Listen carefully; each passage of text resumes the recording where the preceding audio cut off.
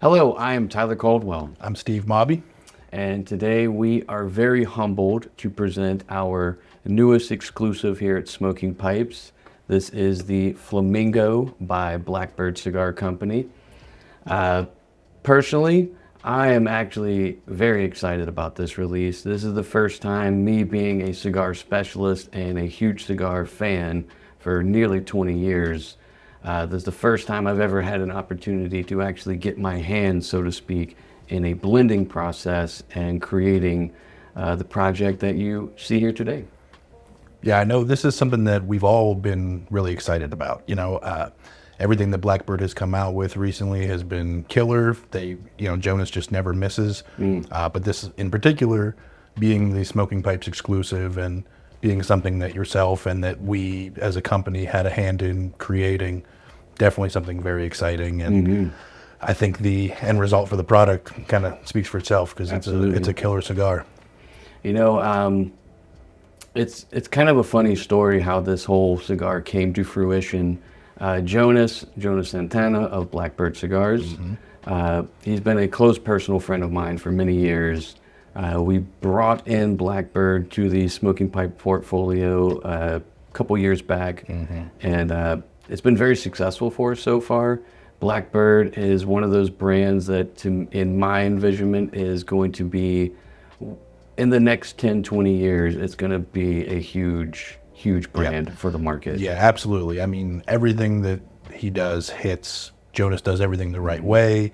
One of the things that I always think of when I think of Jonas is he's known for doing those like tasting events where you smoke just basically the filler blend and you do a tasting with that, and then you do the filler and the binder and do a tasting with that, and then the filler, binder, and wrapper, Correct. and actually get to smoke the finished cigar. So you can tell just by the way he approaches those kinds of things that when he's approaching his blending for his cigars, he's thinking about it in that very like layered fashion and how everything's going to fit together, how it's all going to kind of coalesce. And you can really tell that with all of his cigars. And with this one, I think in particular, it's very complex. There's a lot going on, but it's all very harmonious, very well balanced.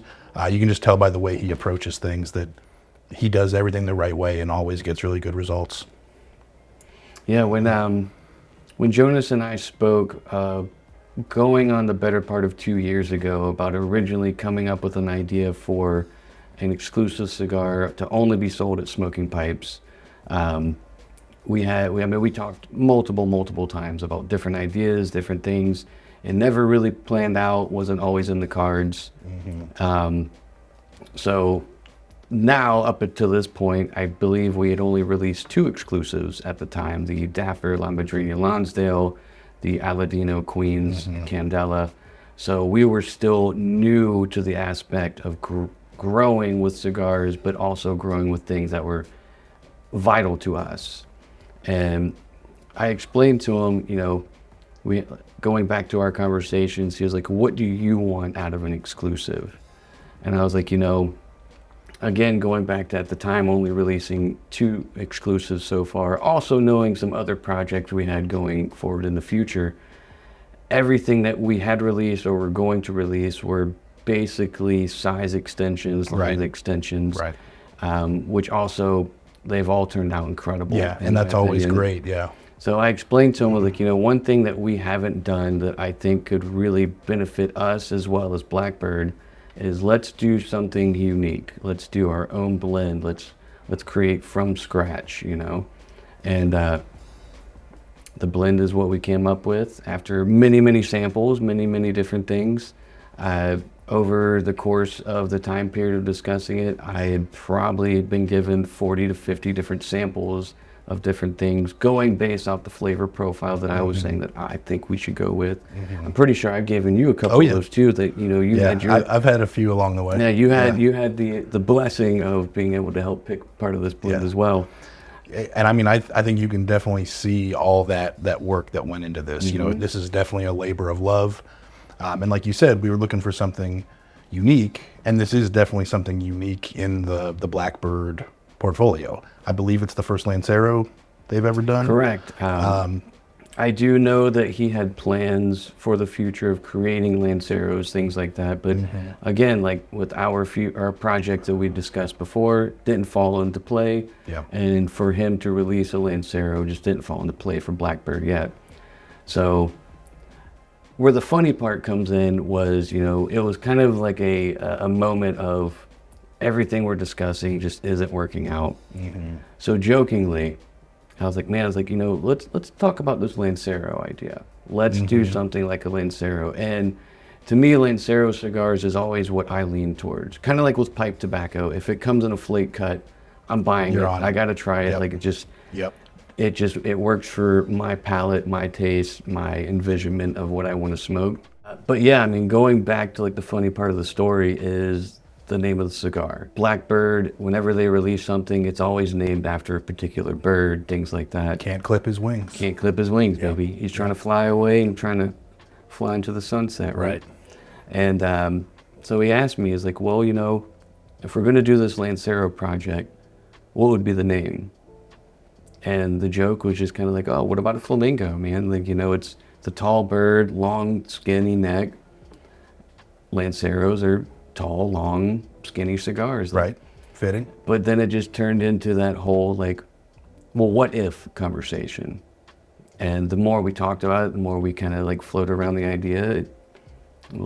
That's what came to fruition. Yeah. I think just like most of our best ideas, it starts out as a joke. That's the way that we operate a lot of times. Absolutely. But you mentioned the blend, and I think you were talking about the Lancero size, and I think because of that smaller ring gauge, you get a little bit more of the flavor notes because you're not getting as wide of a base. So you're really getting that Ecuadorian Habano wrapper. You're getting a lot of the flavor notes from that. And then it's got, I believe, a U.S. binder, and then the filler. Connecticut broadleaf on the binder. Right, and then the filler is U.S., Nicaraguan, and Dominican. Correct. Also, the going back to the U.S. and the filler, that's also the Connecticut Connecticut broadleaf that's on the binder as well. Yep.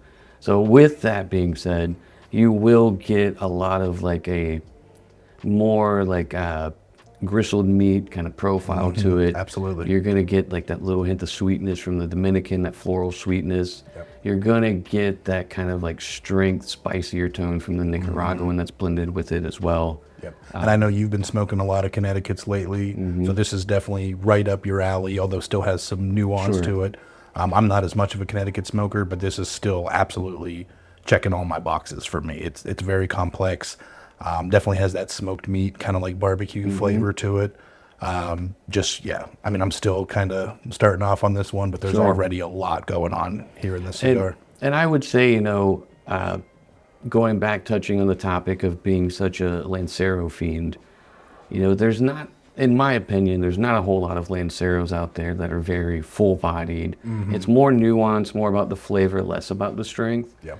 And the Flamingo with the blend that we discussed, this is a full-bodied or full across the board very much so cigar. Like this isn't necessarily something you want to smoke first thing in the morning, especially on an empty stomach. Well, speak for yourself. Speak for yourself. I do smoke about 20,000 cigars a day, so it doesn't. I need really a little affect bit more me. kick per cigar than you do. But it's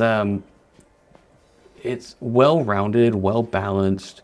Definitely, to me, like if you are an evening smoker, you just had, a great meal to go with something, you want kind of like that extra lingering flavor to go with what you just ate, this is going to go perfect with it. Yeah, this is going to bring out a lot of those kinds of notes. And I haven't eaten anything today, and it's still just absolutely powerful with the flavor. Absolutely. It's a powerhouse. Definitely for sure. full bodied. Yeah, you're going to know that you're smoking a cigar when you're smoking this. If you're anything like me, it's great to smoke on an empty stomach, but it's definitely the kind of thing that a lot of people would want to have a meal first before they get into it.